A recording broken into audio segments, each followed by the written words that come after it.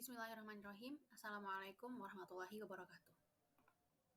Perkenalkan, saya Azizah Nur Aini dari kelas DI 4502A dengan NIM 1603210224. Di sini saya akan mempresentasikan tugas terakhir dari mata kuliah presentasi digital dengan karya saya yang berjudul Lazy Frenzy.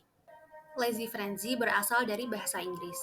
Dan dikutip dari arti kata.com, lazy itu berarti malas dan frenzy berarti kegilaan.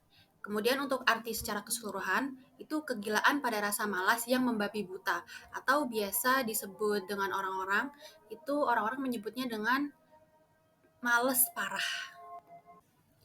Untuk mewujudkan tema dari Lazy Frenzy, maka perlu rumah yang nyaman bagi penghuninya itu yang memiliki karakter sifatnya suka bermalas-malasan.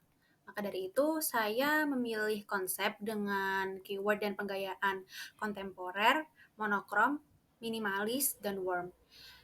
Pertama-tama, saya akan membahas 3 faktor utama yang membuat orang itu merasa lebih bermalas-malasan, terutama saat di rumah. 3 faktor itu ada TV, sofa, dan juga kasur. Nah, 3 benda ini ada kaitannya, ada hubungannya dengan tiduran, rebahan, dan juga menonton film. Jika orang menonton film, itu kan bisa dari TV dan juga dari HP atau dari gadget.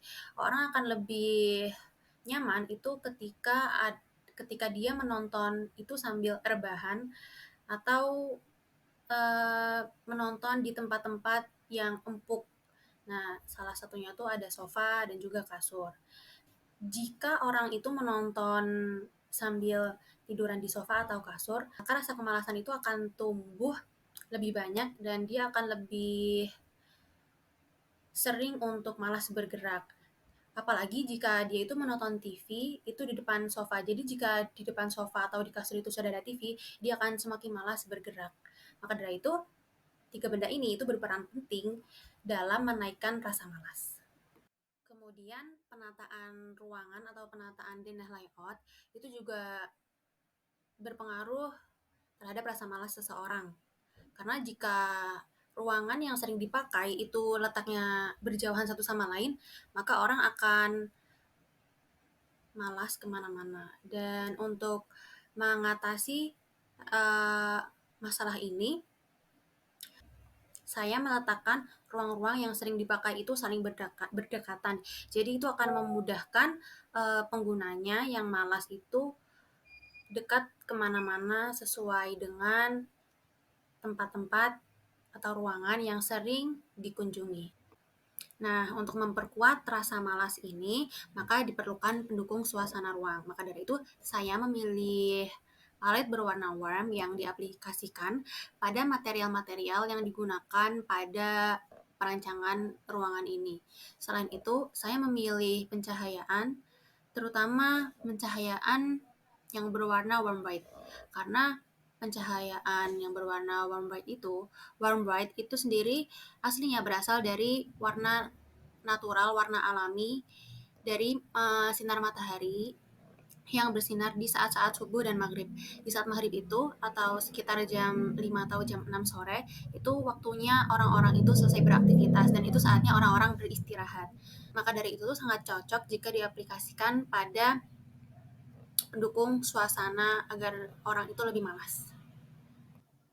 Kemudian saya akan mulai membahas ruangan yang ada di perancangan ini. Yang pertama ada ruang keluarga. Di perancangan ini, di denah ini terdapat 2 ruang keluarga dengan spesifikasi itu yang lantai 1, ruang keluarga dekat dengan ruang tamu, dekat dengan dapur, dan juga dekat dengan ruang makan. Selain itu, sofa yang ada di ruang keluarga itu sangat nyaman untuk menonton TV dan bermalas-malasan. Sehingga orang akan lebih nyaman dan lebih lama bermalas-malasan ketika berada di sofa. Selain itu, ruang keluarga ini dekat dengan kamar tidur dan juga dapur dan juga kamar mandi. Jadi, ini akan mempermudah orang yang suka bermalas-malasan. Kemudian dapur dan ruang makan. Dapur dan ruang makan ini dijadikan menjadi satu ruangan. Spesifikasinya, dapur dan ruang makan tidak jauh antara dapur dan meja makan. Kemudian, dekat dengan ruang bersantai, pencahayaan lega dan berasal dari lampu dan pencahayaan alami. Jendela yang ada di tembok kabinet dapur dan juga pintu geser yang berada di sebelah meja makan. Ini membuat cahaya matahari bisa masuk dengan leluasa.